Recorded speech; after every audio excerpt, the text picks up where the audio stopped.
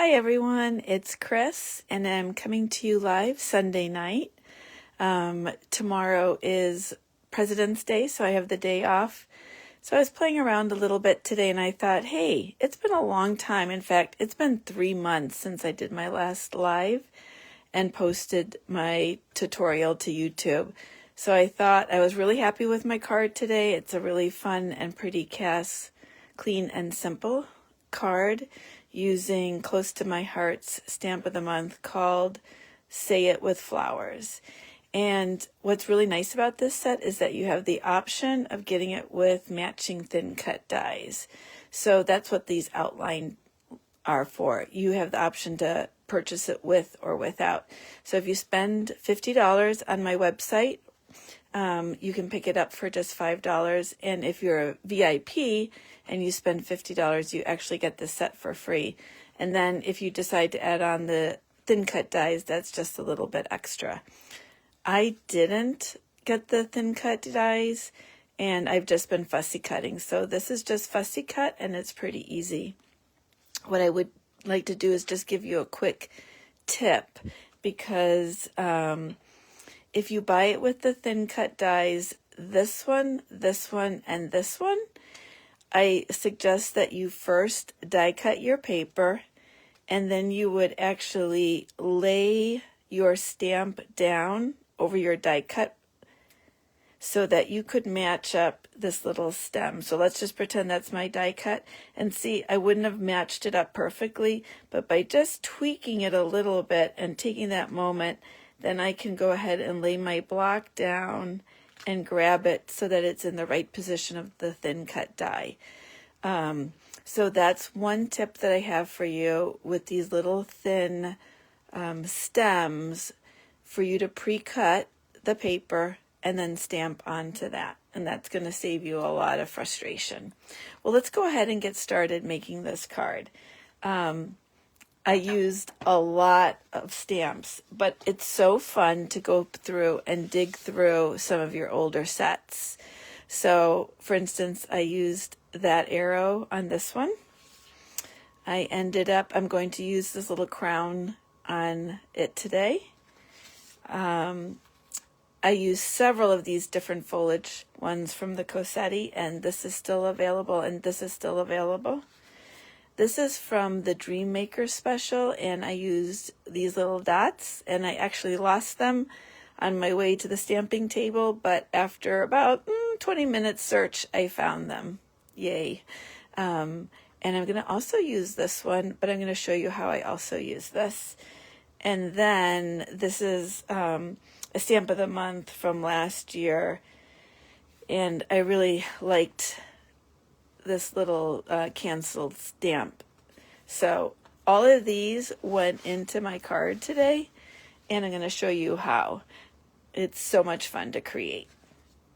So what I did first was I went to my Cricut and I cut a postage die shape, and this one is it's just under 2, so it's 1 3/4 by 2 inches. And I had that on my art philosophy bundle. It's from Close to My Heart when we originally had the Close to My Heart Cricut collaboration. But if you don't have that, you can also find one on Cricut, or you might even have already a die that does a postage stamp shape. So I cut that, and then from this Mix-in, from the February Mix-in paper pack, I cut out one strip that is 1 1/4 by 3 inches. No, it's 3.5 inches. So I'm going to set that aside. But while I'm talking to you about the Mix-in paper pack, this is my second one because I like it so much. I've been raving around about it. Each catalog cycle Close to My Heart has a Mix-in paper pack. So let's see, it'll have 2. Let me see if it has 2 of each one. So this is the one side, and then here is the flip, which you can't really see it in this light. Can you see that little pinstripe? It's like a light pinstripe. This blue is beautiful, love it. And then this is the reverse side, which is also nice. This is a kind of a fun print. I think this is Mink, I'm not sure. And then I really like this little swirly backside. And what's nice about our color strip, or our colored paper, our 12 by 12 paper, is it has a zip strip and it tells us what colors. So actually that's Bluebird, that beautiful blue that I was just talking about. And then this one is, yeah, Mink. All right, and then I have this Periwinkle, which the side is all right, but then love this side, been using it a lot. The black and white has a nice pattern on both sides. And then this sage green is really, really pretty. And I ended up using, believe it or not, this kind of boring side. Well, actually, I don't think I ended up using that, but I really like this green pattern. So let me set those aside because I got diverted. But this has been one of my favorite packs. I also cut a 4 by 5 1/4 panel, and I'm going to use my score pal to just score in some lines. And I don't know, yeah, you can see them a little bit. And they went all the way around. So because it was a clean and simple card, I just wanted to add a little bit of extra interest. And this is the postage stamp, if you can't really see it there, that we're going to recreate. All right, and then I just have a card base. So let's go ahead and get started with the scoring and get that done so I can put the score pal out of the way. You might have like one of those sliding machines, a sliding cutter that can also score, so that would work for you. And I'm going to score at 1/4 of an inch and at, well, actually that's 1/8 of an inch and 1/4 of an inch. And I'm going to press pretty hard because I want it to show. And I'm going to go around and do that on each corner. So I'm going at 1/4 and at the 1/8 inch. And here we go. And one more time. Nice and deep. And that's going to give it just a little extra interest. So there you can see some of that scoring. Okay, so we can put this away and put this card panel to the side. Now let's get to the fun part. I'm going to put this aside. I can't wait to show you how I created this little stamp. And if you had like some small numbers, I could have taken the time and, you know, even put some postage value in there. But let's go ahead and get started. I'm going to start first with just this background blotch. And I got some ink pads out. And remember how I told you on the zip strip that it tells what colors go with it? I have those colors ready to use. So I have the Periwinkle, the sage, and for this I'm going to use the Mink. Okay, I'm going to just ink up. I like to lay my ink pads flat on their back so that I can move the ink or the stamp around and see that I'm getting some good ink coverage. And then I'm going to just go ahead and come down on the center and boom. Now our inks dry lighter, so right now that you're looking at that and you're like, whoa, that's really dark, Chris. But what's really nice about it is that they do lighten up as they go. So I'm done with that. I'm going to set it aside. Next I want to do this postage stamp cancellation from that old stamp of the month from last year. I want to say it was September. And for this one, I got both that square and the circle. I really like the wavy lines. I'm using intense black ink for this. All right, and I'm going to just come down on it and press. Perfect. So there you go. I didn't get as much of that solid image, but it's going to be fine because this is just kind of a little mini collage. I take this foliage here. I'm going to go ahead and ink it up. Might as well just leave my black open. And I want to come in and really get some nice.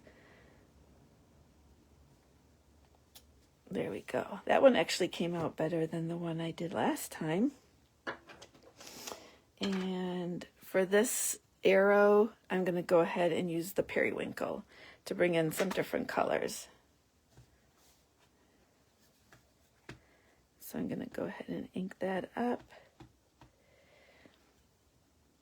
And that just kind of helps fill in that little spot there. And while I'm at it, I realized that I had used another flower. This is on the sale today, the President's Sale that does end tomorrow. There you have some great stamp sets. This was originally a promotion, and so these promotions are normally $30-some, and now they're down to 20-some, and that's with matching thin cuts. I'm just going to come in and do some random little stamping with this flower. And I don't know if you do this too, but I like to stamp in groups of 3. So that just an odd number is always better. So I'm done with the Periwinkle. I can put that aside. And on my original card, I used this little bird with a little envelope in its mouth. But I decided, you know what, I think I want something a little bit more fancy schmancy.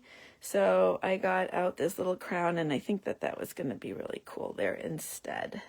So I'm going to ink that up. This is the first time it's seeing some ink, so that's always good. I'm going to put that crown there. Nice.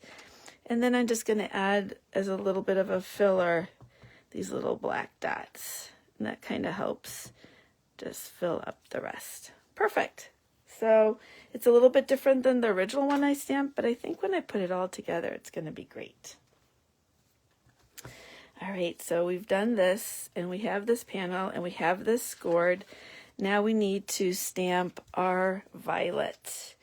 And these are so pretty. So I have this set up, and I'm going to go ahead and ink it up. And I'm going to show you a tip of really quick and easy coloring. I really like the results on that, and I'm going to just go ahead and stamp this off. Now, for video purposes, I went ahead and I pre-stamped one so that my ink could dry and would not smudge. So I'm going to set this aside, and I already have one pre-stamped, and I just hit it with a heat gun because the Intense ink, it's very juicy because I just re-inked it, and so it will smudge a little bit if you go directly to it while it's wet. So that's why I'm doing this. So I have these brushes that Close to My Heart was selling. I'm not sure if they have it online still. I ended up buying mine on Amazon because they were a lot cheaper. So I'm going to just give it to you real there. I could get a whole bunch, a 10-pack, I think, on Amazon. And if you can't find them, let me know. I think some people buy them at the dollar store. So this is the Sage ink. There we go. And I'm going to just take my brush, rub it a little bit, and then come in and just dab on some color. And I just come out and I come, solid down and then swipe out. So that gives me a little bit of a variety. It's not 100% ink. And then for the flower, I'm going to just do Periwinkle. And again, I just take that brush and I swirl it around, and I go to the middle of that flower. I go around and I just kind of drag it out. But that gives me, again, some variation in the color. If you wanted it a little bit darker, you could go back in and add some more. But I'm happy with those two. So I'm going to set those aside. And just so it wouldn't be painful for you to watch, I've pre-fussy cut that so I can set this aside. All right. I think we're almost ready to start building our card. We just need the sentiment yet. And this is from also a retired Close to My Heart set. And I use it a lot. So I don't know about you, but I end up with lots of these little leftover snippets when I'm cutting down card bases. So I just save that for things like this, for little sentiment strips. So I'm going to ink this up. And it looks like it's a little crooked on the block, so give me 1 second. I'm going to just lay it down. This had stopped sticking very well because I use it all the time. So I found that just by washing it with some stamp cleaner, running it under some warm water, and then letting it dry, it brought back the sticky. So that's just a tip. If you find some of your stamps that you use a lot, if they start not wanting to stay on the block, I say wash them and then just let them dry. So that came out perfect, and I got it so nice to the bottom, I don't even have to trim on that one side. So for this piece, I will let you just watch me fussy cut that. I'm just going to snip and snip. And then we just have to go along this edge. And if you had a paper cutter, you could use that too. But I find that I get a pretty straight cut even with some small scissors like this. So that's great. All right, now we're just going to get ready to assemble our clean and simple card. So I'll need a card base. And I've got one here that I've just cut out of cardstock. Our close to my heart value cards are really nice if you don't have a paper supply or have a good deal on paper. Those are a great deal, and they come with matching envelopes. I have a paper supplier down the street, and I go and get paper and envelopes in bulk there as well. So now we're just going to go ahead and assemble. Now, I don't normally answer questions or do shout outs on my videos. I hope you don't mind. I will come back if you have any questions or want to say hi. Please post in the comments below, and I definitely will come back. I try not to be too chatty. I just want to come in, do the job, hopefully not make any mistakes, and get through it successfully. And wouldn't you know, my glue is starting to want to give out on me. So let's see if we have enough glue to finish this project. See, there's always one bit of drama on my videos. That's why it's worth tuning in to see what is going to happen on Chris's video. All right, so here's the piece that I scored, and I'll be leaving those measurements in the comment again of all my paper sizes. And then I'm going to just go ahead and lay down this panel here. Now we have our little faux stamp, and you know, I think what I'm going to do real quick before I put it on, I'm going to just take the leftover ink on my brush and just kind of rub it a little bit on there to give it a little color, so that when it is up against the white that you can just see a little bit something. So perfect. Put that paper aside, and I'm just gonna stick that on. I probably should prearrange everything, but I'm just gonna kind of go for it. All right.